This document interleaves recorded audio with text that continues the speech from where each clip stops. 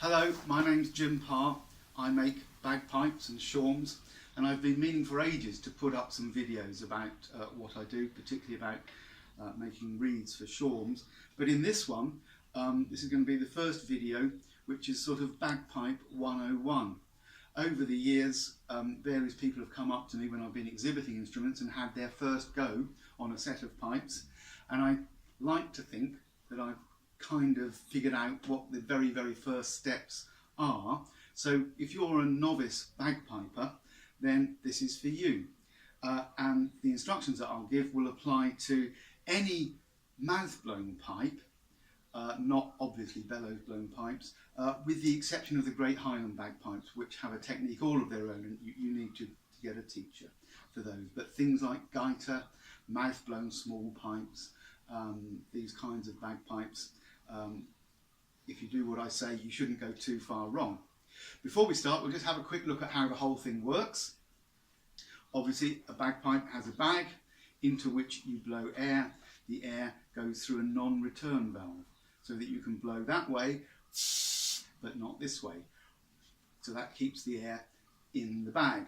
The only way then that the air can escape is through the drone or drones, where it will escape through this single beating reed and back, and the chanter, where it will escape through this double reed. Now the important thing about the reeds is that until they start sounding, air just escapes slowly through them in a rather depressing hissy stream. So the bag will just slowly empty.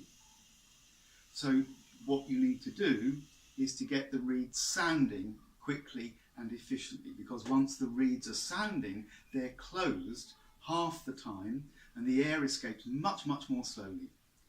So step one, drone goes over your left shoulder, and you do that with your left hand. Left hand then goes on the chanter, and for the sake of introduction, we're just going to keep 3 fingers and thumb on the chanter. There's going to be no finger movement at all. What you do then is you blow the bag up quickly and efficiently, like blowing up a balloon. So we're not really playing a musical instrument at this stage, so it's not like a recorder or a flute, so that's not really going to get you where you want to be. Quick, decisive breaths. Get the thing inflated, and you can hold the instrument completely away from you, just in your left hand, and use the elasticity of the bag to get the drone and chanter sounding.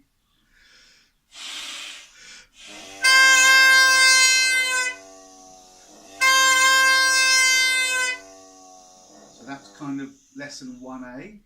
And lesson 1B is that once you've got that happening, you pop the whole thing under your arm and maintain pressure with your left arm to keep the sound going.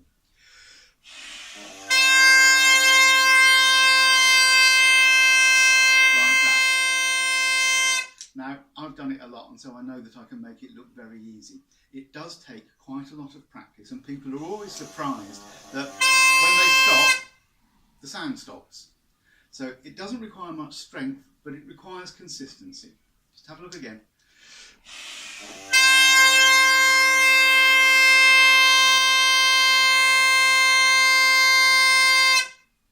So that's lesson 1. Lesson 2 is to keep the whole thing going. So that involves, as the bag starts to empty, refilling it using breath pressure and backing off on your arm.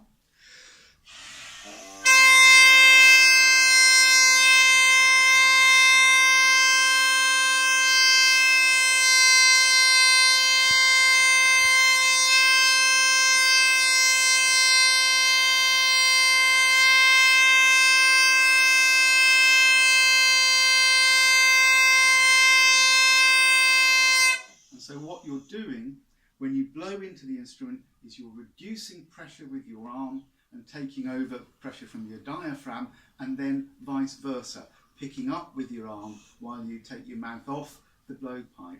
The most important thing to do, I think, is not to do what what's called blowing through the instrument. Take the blowpipe out of your mouth in between breaths. Don't do this.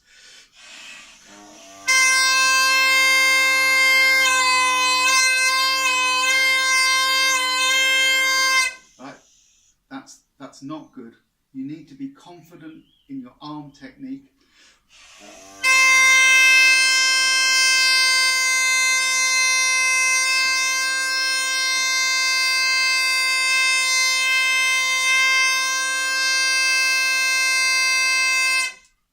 And once you can do that smoothly, then you really have nailed the basics of bagpipe playing. That movement of just picking up the breath, letting it go. If you drive, then think about clutch and accelerator on a car. You pick up the engine and then you let the clutch in, the engine revs drop, you pick them up a bit more, and it's just exactly the same thing. I hope that's useful. In the next video, we'll deal with fingers.